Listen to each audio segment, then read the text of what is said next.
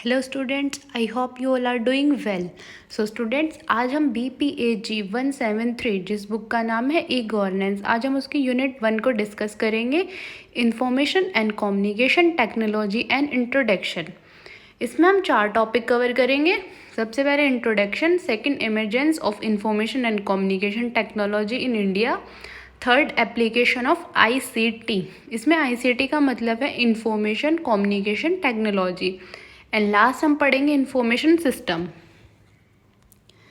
सबसे पहले हम इसके इंट्रोडक्शन की बात करते हैं। इसके इंट्रोडक्शन में इंफॉर्मेशन एंड कम्युनिकेशन के बारे में बताया गया है। इंफॉर्मेशन क्या होता है? देखो, इंफॉर्मेशन होता है कि हम किसी भी वेबसाइट या किसी के भी ज़रिए किसी चीज़ के बारे में इंफॉर्मेशन इकट्ठी करें।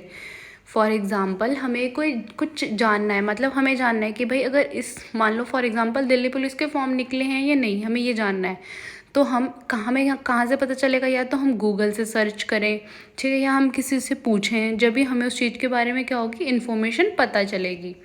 ठीक है। देखो, कम्युनिकेशन क्या होता है? कम्युनिकेशन होता है जब हम एक दूसरे से इंटरेक्ट करते हैं, मतलब मैं आपसे बातें कर रही हूँ या मैं आपको ये चैप्टर पढ़ा रही हूँ या मैं किसी और से बातें कर रही हूँ, वो सब। ठीक है। इन्फॉर्मेशन होता है कि मैं आपको किसी भी चीज़ की इन्फॉर्मेशन दे रही हूँ, तो वो होता है इन्फॉर्मेशन। और कम्युनिकेशन होता है एक दूसरे से इंटरेक्ट करना। ये वो वर्बली भी हो सकता है और नॉन वर्बली भी, मतलब चैटिंग भी हो सकती है और फ़ोन कॉल भी हो सकता है। उसके बाद है हमारा second topic, emergence of information and communication technology in India. देखो, ऐसा तो था नहीं कि मतलब हमेशा से ही हमारे देश में क्या थी, टेक्नोलॉजी थी। ठीक है। धीरे धीरे करके क्या है, सब चीज़ें आई। देखो, सबसे पहले 1977 में हमने फर्स्ट स्टेप लिया था टेक्नोलॉजी की तरफ, नेशनल इंफॉर्मेशन सेंटर। ठीक है। उसने क्या किया था, ई गवर्नेंस को इंट्रोड्यूस किया था। मतलब पहले क्या होता था कि पहले के लोग ज़्यादातर क्या करते थे, मतलब सभी गवर्नमेंट ऑफिसेज में हर जगह पे क्या था, पेपर और पेन का था। मतलब हर चीज़ क्या होती थी कि हम लिख के ही हम वो कर देते, हमारे पास कोई भी मतलब टेक्नोलॉजी के थ्रू कोई डाटा ही नहीं था, क्योंकि हमारे पास कोई टेक्नोलॉजी ही नहीं थी, हमें यही नहीं पता था कि भाई डाटा होता क्या है। ठीक है। तो देखो, 1980s में कुछ ऑर्गेनाइजेशन में क्या हुआ, ये इंट्रोड्यूस हुआ, कंप्यूटर्स इंट्रोड्यूस हुए। ठीक है। अब देखो, कंप्यूटर तो आ गए, अब तो ये तो है नहीं कि कंप्यूटर आ गए ऑन किया और सीधा हो गया। उसमें सॉफ्टवेयर भी होना चाहिए, उसमें बहुत सारी चीज़ें होनी चाहिए, जब भी तो कंप्यूटर चलेगा, जब भी तो MS एक्सेल होना चाहिए, जैसे जिस पे हम डाटा वगैरह क्रिएट कर सकते हैं। फिर देखो, अब ये सारी चीज़ें आ गई, तो उसके बाद क्या हुआ, जो लोग हैं अब उनको तो नहीं आता कुछ भी, क्योंकि वो तो हमेशा से क्या करते थे, पेन और पेपर पे ही सब कुछ करते थे। तो वो एकदम से तो सब कुछ सीख नहीं जाएंगे। तो फिर क्या हुआ, धीरे धीरे उनको हम लोगों ने ट्रेनिंग दी। उसके बाद उन लोगों को ये पता चला कि हाँ, ये कंप्यूटर कैसे चलता है। तो फिर धीरे धीरे क्या हुआ कि टेक्नोलॉजी है जो वो एडवांस होती गई हमारी। ठीक है। देखो, by the late 1980 a large number of government officers had computer. 1980s में लार्ज गवर्नमेंट ऑफिसर्स, मतलब बहुत सारी ऑफिस में क्या हुआ था, कंप्यूटर का इंट्रोडक्शन हो गया था। फिर उसके बाद धीरे धीरे हमारे सॉफ्टवेयर्स आए। जैसे सॉफ्टवेयर में भी बहुत सारी दिक्कतें होती थी कि सॉफ्टवेयर में ये दिक्कत है, वो नहीं, तो फिर भाई और भी ज़्यादा सारी चीज़ें क्या होती गई, टाइम टू टाइम बेटर होती गई। फिर हमारी जो टेक्नोलॉजी है वो भी एडवांस होती गई कि अच्छा, अगर इस सॉफ्टवेयर में ये दिक्कत आ रही है तो हम कुछ और इंट्रोड्यूस करते हैं, अगर इसमें फिर वो प्रॉब्लम आ रही है तो फिर हम क्या करते हैं, कुछ और इंट्रोड्यूस करते हैं। फिर हमने धीरे धीरे क्या किया, जो भी गवर्नमेंट ऑफिस वगैरह होते थे उसमें फ़ाइल वगैरह का सब कुछ झंझट ख़त्म कर दिया। अब सब कुछ क्या होता है, जो हमारा डाटा होता है वो हमारा कंप्यूटर में होता है, मतलब मॉनिटराइज होता है हर चीज़ें। ठीक है। अब देखो, agenda for e governance, each ministry department must provide PCs with necessary software. देखो, अब हर गवर्नमेंट ऑफिस में क्या कर दिया गया है कि भाई PCs मतलब कंप्यूटर प्रोवाइड कर दिए गए हैं एक अच्छे सॉफ्टवेयर के साथ, कि भाई जिससे किसी को भी कोई दिक्कत ना आए और जब सबका डाटा जो है वो एक जगह ही क्या हो जाए, इकट्ठा हो जाए, और हमें ज़्यादा पेन और पेपर वेस्ट करने की भी ज़रूरत ना पड़े। देखो, payrolls, accounting and other house keeping software should be put to the use in day to day operation. मतलब क्या होता है, जैसे जो भी मतलब फॉर एग्जांपल किसी की भी, जैसे किसी भी स्टाफ की सैलरी है तो उसका डाटा भी क्या है हमारे पास कंप्यूटर में। भाई हमें ये है कि पेन पेपर, ये नहीं कि चलो पेन पेपर गुम हो गया तो भाई अब हमें उसका पता ही नहीं चलेगा।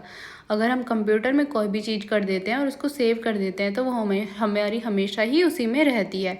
तो हमारे लिए और ज़्यादा काम क्या हो गया, आसान हो गया। मतलब जो भी हमारी हाउस कीपिंग स्टाफ है उसकी सैलरी भी हम उसी में नोट करते हैं, बाकी जो स्टाफ है उसी की भी सैलरी, हम सब कुछ क्या करते हैं, उसी में नोटिस करते हैं, नोट करते हैं। ठीक है, देखो notice for internal meeting should be send by email.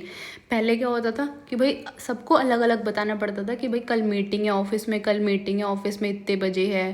तो अब हम क्या करते हैं, कोई भी मीटिंग होती है तो हम क्या करते हैं, ईमेल भेज देते हैं सबको कि भाई एक ईमेल बनाए, वही सबको फॉरवर्ड कर दिया कि भाई कल मीटिंग है इतने बजे आ जाना, बात ख़त्म।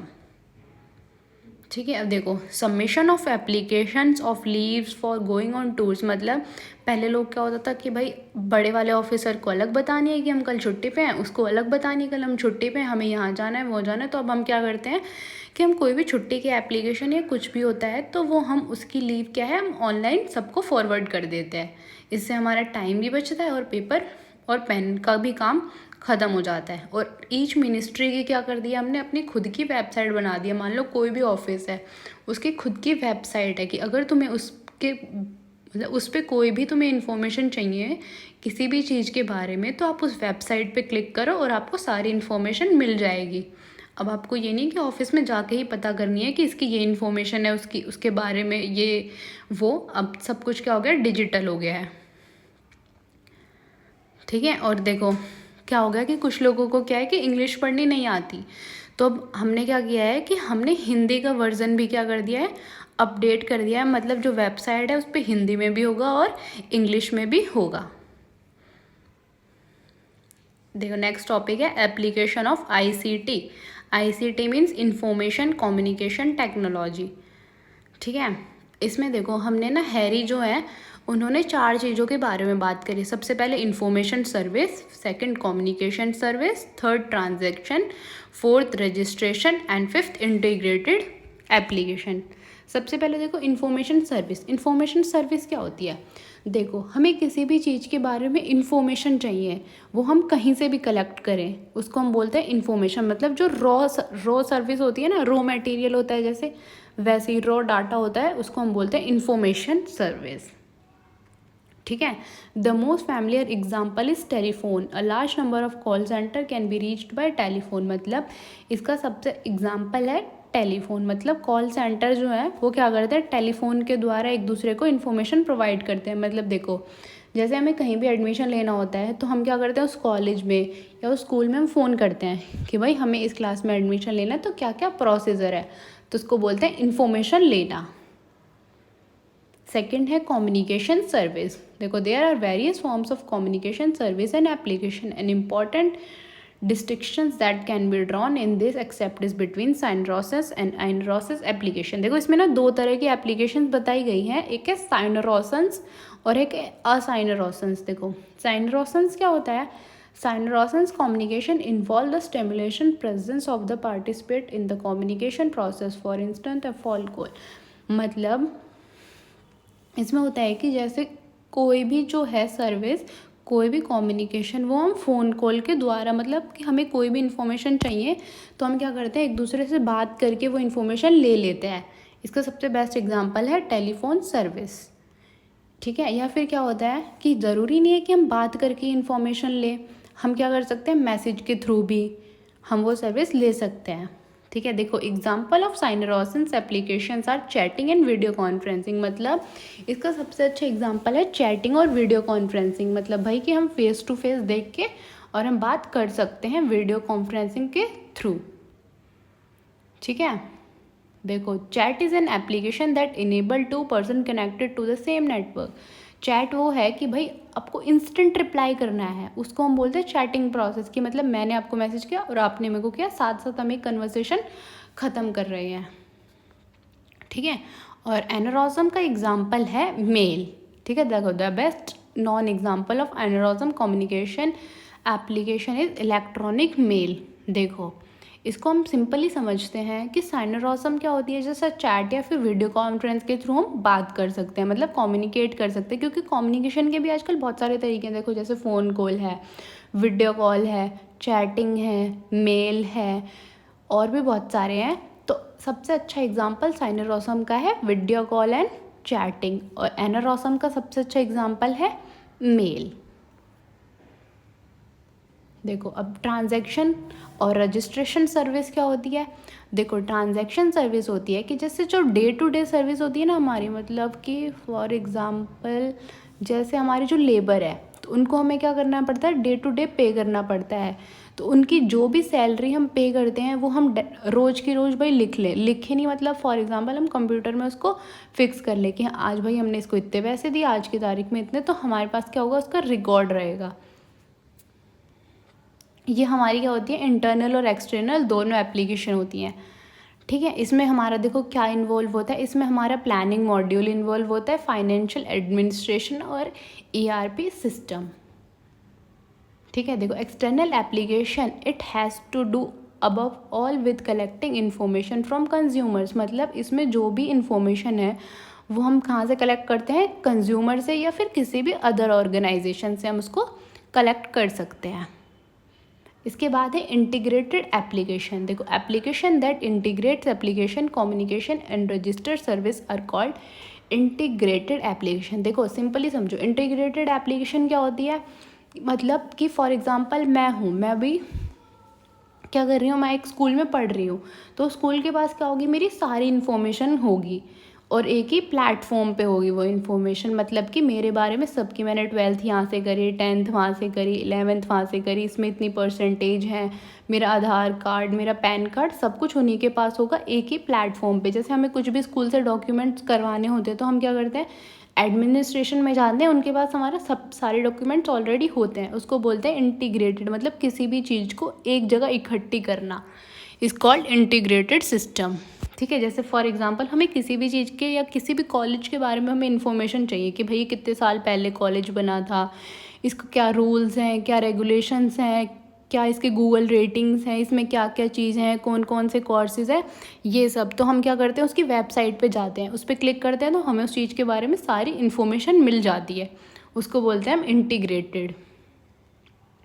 ठीक है, उसके बाद देखो नेक्स्ट टॉपिक है information system. An information system can be defined technically as a set of interrelated components that collect, process, store and distribute information। देखो इन्फॉर्मेशन क्या होती है, जब भी हमें किसी भी चीज़ के बारे में जानकारी चाहिए तो हम उसको बोलते हैं इन्फॉर्मेशन। देखो ये भी क्या है, इस पहले हमें कलेक्ट करनी होती है, फिर स्टोर करते हैं, फिर हम डिस्ट्रीब्यूट करते हैं। ठीक है, मतलब अगर फॉर एग्जांपल मैंने एक होटल खोला है, ठीक है, तो पहले मैं क्या करूँगी, पहले सर्वे करूँगी, मतलब एक रॉ मटेरियल इकट्ठा कर लूँगी उसके लिए, इन द सेंस कि भाई मैं अपने चारों तरफ ये देखूँगी कि मेरे जो चारों तरफ होटल है उनमें कैसा खाना बनता है। ठीक है, पहले मैंने ये देखा, फिर उसके बाद क्या किया भाई, मैंने कंक्लूज़न निकाला, उसके बाद ये देखा कि मैं अपने में क्या बेस्ट दे सकती हूँ। ठीक है, उसके बाद उन सब लोगों का रेट भी मैंने देख लिया कि भाई कितना है और कितना नहीं, फिर मैं उसके हिसाब से अपना क्या करूँगी, रेट फिक्स करूँगी और ये देखूँगी क्योंकि मुझे लोगों को कैसा टेस्ट देना है, जब भी तो मेरा चलेगा। तो इसका मतलब सबसे पहले इन्फॉर्मेशन इकट्ठी करो, फिर उसके बाद 2 जगह और देखो कि भाई ये इन्फॉर्मेशन सही है या गलत है, फिर उसके बाद अपने कंक्लूज़न पे आओ। This is called information system. ठीक है, देखो information system contain information about significant people. Information इकट्ठी करना, वो हम किसी भी लोगों के बारे में, किसी जगह के बारे में या किसी भी ऑर्गेनाइजेशन के बारे में भी इन्फॉर्मेशन इकट्ठी कर सकते हैं, या फिर हम अपने इन्वायरमेंट के बारे में कि भाई क्या चल रहा है, कितना पॉल्यूशन है, क्लाइमेट चेंज होगा, बारिश आएगी, ये होगा वो होगा, दिस इज़ कॉल्ड इन्फॉर्मेशन। ठीक है, these activity are input, processing and output. देखो इनपुट क्या होता है, इनपुट इन्वॉल्व कैप्चरिंग और एंटरिंग द डाटा। इनपुट होता है कि हम कोई भी चीज़ कैप्चर करें या फिर अपने डाटा को क्या करें, एंटर कर दें। In many cases this will involve entering data. बहुत सारे केसेस में हम डाटा एंटर करते हैं, किसके द्वारा, कीबोर्ड के थ्रू। ठीक है, जिससे क्या होता है, फास्ट हमारा डाटा हम एंटर कर सकते हैं। नेक्स्ट है processing, performing actions on the input data. जो हमने डाटा इकट्ठा किया है उसको ही हम देखते हैं, मतलब हमने कोई भी डाटा इकट्ठा किया उसमें हम रिसर्च करते हैं एक तरह से। ठीक है, उसको बोलते हैं हम प्रोसेसिंग। आउटपुट होता है जो भी उसका कंक्लूजन होता है, उसको हम बोलते हैं आउटपुट।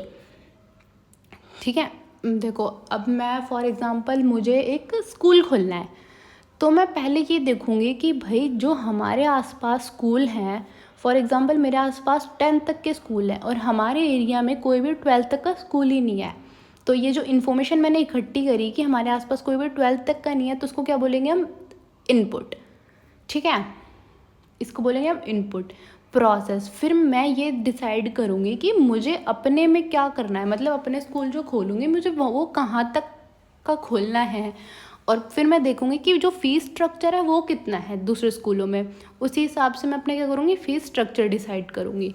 उसको हम बोलेंगे प्रोसेसिंग। एंड आउटपुट, जब मैं अपना स्कूल खोल दूँगी 12th क्लास तक, और जो फ़ीस स्ट्रक्चर है वो उसको बोलेंगे हम आउटपुट।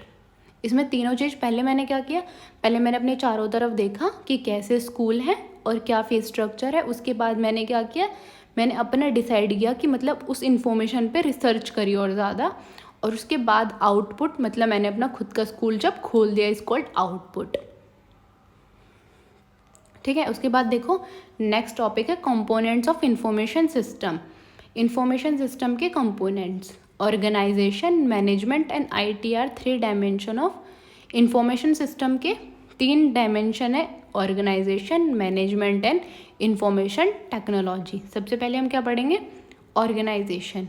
ठीक है, an organization coordinates work through its hierarchy and through its business process which are logically related task and behavior for organization, मतलब कि हमारी कोई खुद की कंपनी हो, ठीक है, उसमें क्या है, हमारा बिजनेस चलता हो। ठीक है, उसको बोलेंगे हम ऑर्गेनाइजेशन। मैनेजमेंट होता है कि भाई हमने कंपनी तो खोल दी, तो अब हमें उसको मैनेज भी तो करना पड़ेगा ना, सारी चीज़ें देखनी पड़ेंगी कि क्या दिक्कत आ रही है, क्या प्रॉब्लम्स हैं, लोगों को क्या प्रॉब्लम्स फेस करनी पड़ रही हैं, फिर उनको मैनेज करना, वो हो गया हमारा मैनेजमेंट। एंड थर्ड है हमारा इंफॉर्मेशन टेक्नोलॉजी, मतलब कि जैसे कंप्यूटर्स हैं, उसमें क्या क्या सॉफ्टवेयर होना चाहिए, क्या हार्डवेयर होना चाहिए, नेटवर्किंग कैसे होनी चाहिए, और उसमें हमें क्या क्या फैसिलिटी लानी चाहिए, इज कॉल्ड इन्फॉर्मेशन। ठीक है, सबसे पहले ऑर्गेनाइजेशन का मतलब होता है, हमने कोई ऑर्गेनाइजेशन तो खोल दी, ठीक है, कि चलो भाई हमने एक कंपनी खोली, वो प्रोडक्ट बना दिया, हमने प्रोडक्ट बनाने शुरू कर दिए, पर क्या होगा, हमें उसमें प्रॉब्लम आएगी कि ये प्रोडक्ट बनाते हुए हमें ये प्रॉब्लम फेस करनी पड़ रही है, ये प्रॉब्लम, तो हम मैनेजमेंट के थ्रू क्या करेंगे, उन प्रॉब्लम्स को सॉल्व करेंगे। ठीक है, और इंफॉर्मेशन टेक्नोलॉजी मतलब हम ये देखेंगे कि और इसमें हम क्या इम्प्रूव कर सकते हैं। ठीक है, this is called information technology. इसके बाद हम नेक्स्ट टॉपिक पढ़ेंगे टाइप्स ऑफ इंफॉर्मेशन सिस्टम। देखो, there are many information technology, most of them are transaction process system, management information system, decision support system, and fourth business intelligence support. इसमें हम 4 पढ़ेंगे, सबसे पहले transaction, second management, third decision support, and last business intelligent support system. सबसे पहले हम transaction पढ़ते हैं। देखो, हम कोई भी फर्म खोल देंगे या कोई भी कंपनी खोल देंगे, तो उसमें हमें क्या करनी पड़ेगी, जो हमारी डे टू डे ट्रांजैक्शन होंगी हमें वो रिकॉर्ड करनी पड़ेंगी। सबसे पहले हमें पता होना चाहिए भाई हमारी कितनी सेल हो रही है, कितना हमारा इनपुट आ रहा है, कितनी आउटपुट है, एम्प्लॉयज़ की सैलरी, ये सब हमें क्या करनी पड़ेगी, पहले रिकॉर्ड करनी पड़ेगी। तो ये हमारी किस में आएगी, ट्रांजैक्शन सिस्टम में। ठीक है, ये हमारा डे टू डे का क्या होगा, काम होगा एक तरह से। फिर है मैनेजमेंट, तो फिर हम ये देखेंगे कि भाई अगर किसी भी चीज़ में कोई प्रॉब्लम आ रही है तो उसको हम कैसे मैनेज करें। ठीक है, देखो, management information system provide manager with report on the, और मतलब कि हम जो मैनेजर है उसको रिपोर्ट देंगे, मतलब हम अपने बताएंगे कि अपने फीडबैक्स बताएंगे कि भाई इसमें ये प्रॉब्लम है, इसमें ये प्रॉब्लम है, तो उनको मैनेज करना किसका काम होगा, मैनेजर का, मतलब मॉनिटर करना एक तरह से, और हमें ये देखना है कि फ्यूचर में और हम क्या चीज़ सही कर सकते हैं। ठीक है, थर्ड है decision support system. Decision support system more non routine decision making, मतलब कि किसी भी चीज़ को लेके डिसीज़न, भाई हमें कि मतलब फॉर एग्जांपल हमें कोई भी एक नया डिसीज़न लेना है अपनी कंपनी के प्रॉफिट के लिए, तो ये हमारा डे टू डे काम तो है नहीं। ये जैसे हम देखेंगे कि भाई हमें बहुत टाइम से एक प्रॉब्लम आ रही है, जब हम उस पर क्या लेंगे, एक डिसीज़न लेंगे, तो इसको बोलते हैं डिसीजन सपोर्ट सिस्टम। देखो, they focus on problem that are unique and rapidly changing, मतलब हम उन चीज़ों पे फोकस करेंगे या तो वो हमारे लिए प्रॉफिटेबल नहीं है या हमारे लिए वो बहुत ही अलग है, हमारे किसी भी वर्कर या किसी भी एम्प्लॉय को वो चीज़ें समझ ही नहीं आ रही है, तो हम उसके लिए क्या करेंगे, कुछ डिसीजन लेंगे। ठीक है, उसके बाद है बिजनेस इंटेलिजेंस सिस्टम।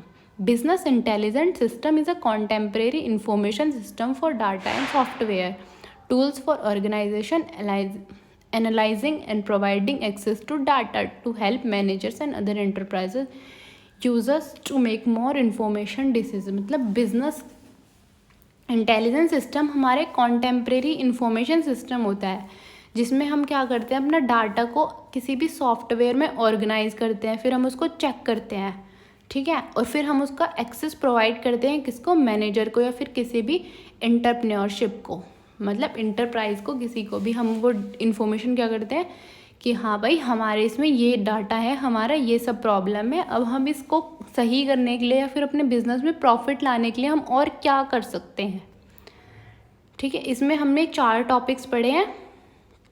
सबसे पहले हमने पढ़ा है business, wait a minute, sorry, सबसे पहले हमने पढ़ा है ट्रांजिशन प्रोसेस, फिर management information, decision support system and business intelligence system. ठीक है, अगर आपको इसमें कोई भी डाउट है तो आप मेरे से कमेंट में पूछ सकते हो।